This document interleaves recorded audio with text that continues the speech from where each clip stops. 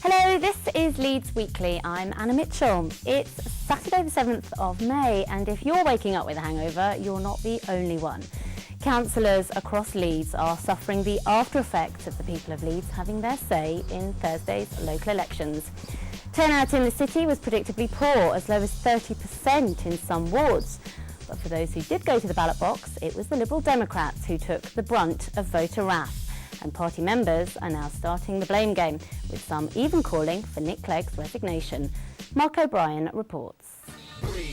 Well, all morning the votes have been counted here in the town hall.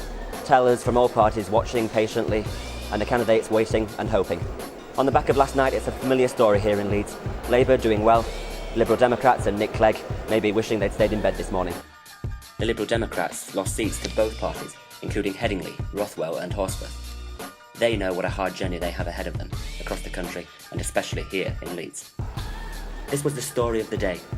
A strong showing by Labour, taking their numbers in the council chamber up to 55, giving them overall majority control in the city. Labour's Morley MP, Ed Balls, praised activists for a really good day for Labour in Leeds.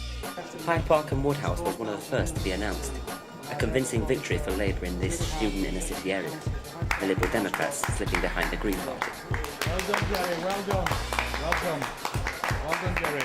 Politically, I think this is a strong message from the people of Leeds and the people of Yorkshire, looking at the results in Sheffield, Liverpool and elsewhere, that the cuts that this government have been pushing through are too far, too fast, and have caused absolute misery to many, many of our citizens. The Liberal Democrats lost seats to both parties, including Headingley, Rothwell and Horsforth. They know what a hard journey they have ahead of them, across the country, and especially here in Leeds. Well, I'm with Karim Abdul Ghaffar, the Liberal Democrat candidate for Hyde Park and Woodhouse ward. Karim has just come third, but he put back into third place behind the Green Party. So, Karim, what went wrong? I think Nick Cleg.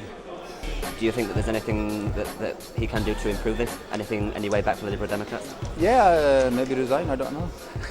I don't think Nick Clegg should resign because of a bad set of election results a year into a government. It's obviously a very bad day for us, not just here in Leeds but across the country, particularly in the northern cities where the Labour Party has been very effective at becoming the protest vote against a national government, and we've suffered locally through that. It was in the big northern cities like Leeds where the Lib Dems grew to be a force that was taken seriously. Lib Dem MPs will be watching nervously. Expect to see Nick Clegg and the city's only Liberal Democrat MP Greg Mulholland in town quite soon if they want their party to keep the people's support. We want an alternative to the failed Lib Lab Con parties, and we are starting to get our message across.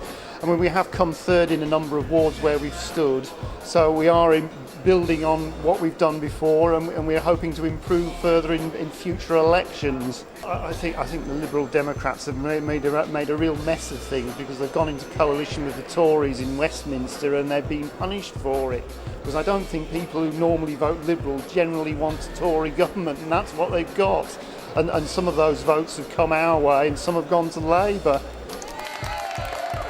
It has indeed been a tremendous night. We've won a tremendous victory across many places in Leeds, particularly in Headingley where I was standing. What we found was a great reception on the doorstep, but particularly in Headingley we found a good reception from all sectors of the community. People willing to listen to what we had to say, but also more importantly that we were willing to have a proper conversation with voters, and there really is no substitute for hitting the streets, going around, and it's the simple act of talking to people and asking them for their vote, for their support. That seemed to strike a chord. Well, after the storm of the campaign comes an almost deafening silence. Here in Leeds Town Hall behind me you can see the tables and chairs are being cleared away. The candidates have all either gone to the pub for a celebratory drink or to drown their sorrows. It's been a great day for Labour in Leeds in particular, performing even better here than they have in the rest of the country, taking seats in Tory areas they never expected to do well in. Moortown, Roundy, Morley South. It's a great day for Labour, terrible disappointment for the Liberal Democrats though. Our reporter Mark O'Brien following yesterday's local election results. And there was more bad news for Nick Clegg as Leeds has returned a no vote in the national referendum on whether to change the voting system. Voters were asked if they wanted to move to a proportional representation system, the alternative vote. Similar results were echoed across the country, dealing a massive blow to Liberal Democrat hopes here in Leeds and nationally. You're watching Leeds Weekly on Leeds TV. To other news now, and Yorkshire's tourism industry has enjoyed a record-breaking April.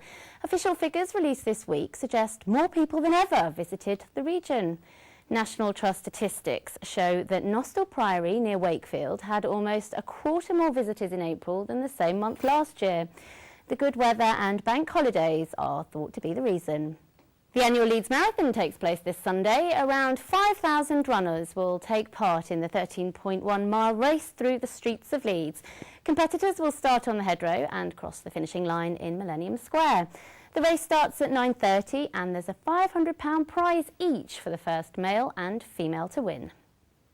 And Bradford College is tackling a curry crisis. The college says tighter immigration rules have left curry restaurants in the UK struggling to find trained chefs. It says it is plugging the gap with a range of specialist qualifications for homegrown curry chefs. Local curry chefs from the Bradford area will help with the training. To sport now, and Chairman Ken Bates has become the major shareholder of Leeds United to end the uncertainty over who actually owned the Elland Road club. Leeds say they hope the move will end speculation over the mystery of the club's ownership and that it delivers the transparency sought by the football authorities. Last month, the Football Association admitted that it did not know who the ultimate owners of the club were. Leeds Rhinos begin their Cup Challenge this afternoon when they take on the Crusaders at Headingley. The Leeds side have catapulted up to 6th on the back of a 3-game winning run.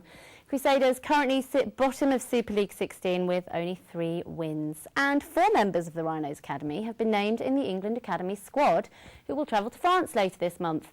Brad Singleton, Jared Stewart, Stevie Ward and Danny Smith have all been named in the squad that will travel to Perpignan between the 30th of May and the 4th of June. And finally, the weekend weather. While it's not looking all that promising, showers today. Sunny spells will still occur and generally it will be quite warm with a top temperature of 21 degrees. On Sunday the rain is back. It might be quite heavy in places, but it will clear through the morning. Isolated showers may follow for a time, but most places will become dry with sunny periods developing. Maximum temperature 19 degrees. Hope those runners get round tomorrow before the skies open. And that's all for now. You can get more news and analysis on our politics link on the Leeds TV website. Just go to leedstelevision.co.uk and you can of course follow us on Twitter at Leeds Television. Join me again next week for Leeds Weekly. I'm Anna Mitchell. Goodbye.